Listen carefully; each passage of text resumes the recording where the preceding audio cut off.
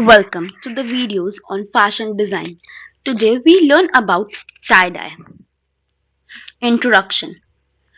Tie-dyeing method of dyeing by hand in which colored patterns are produced in the fabric by gathering together many small portions of material and tying them together with string before immersing the cloth in the dye bath.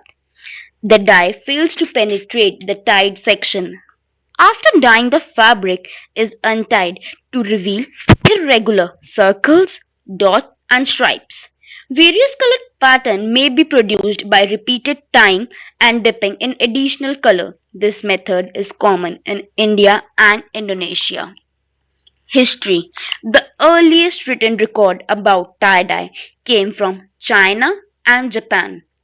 The process was used during the Tang dynasty in China and Nara period in Japan as far back as in the 6th century.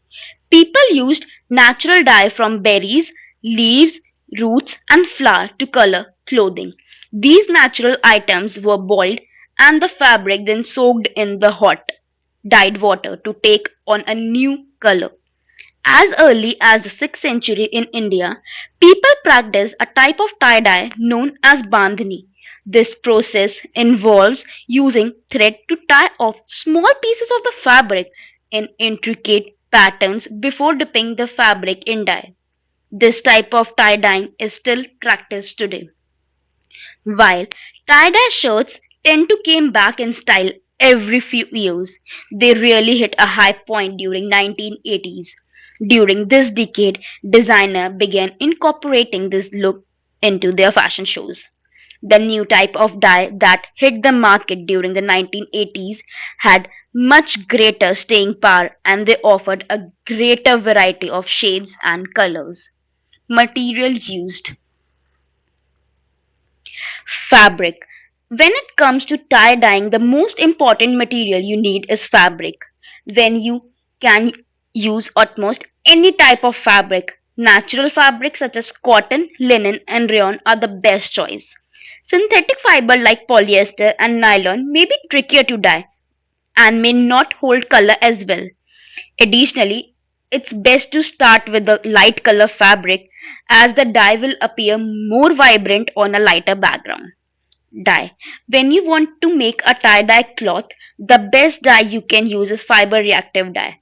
This kind of dye sticks on the fabric very well as the color looks bright and lasts for a long time. Soda ash. Soda ash is a crucial chemical for successful tie dyeing as it helps the dye bond to the fabric, resulting in vibrant and long lasting color. To use soda ash, you'll need to soak your fabric in a mixture of water and soda ash before dyeing it. This step is essential to ensure that your tie-dye project turns out beautifully and lasts for a long time. Rubber bands. Rubber bands can be used to make unique design on the fabric. Gloves. When you tie dye, you can get dye on your hand and it may be difficult to wash off. So it is important to wear gloves to keep your hands clean and protected. Dye bottles. To apply the dye on the fabric, you will need to use the bottle with nozzles or squeeze bottles.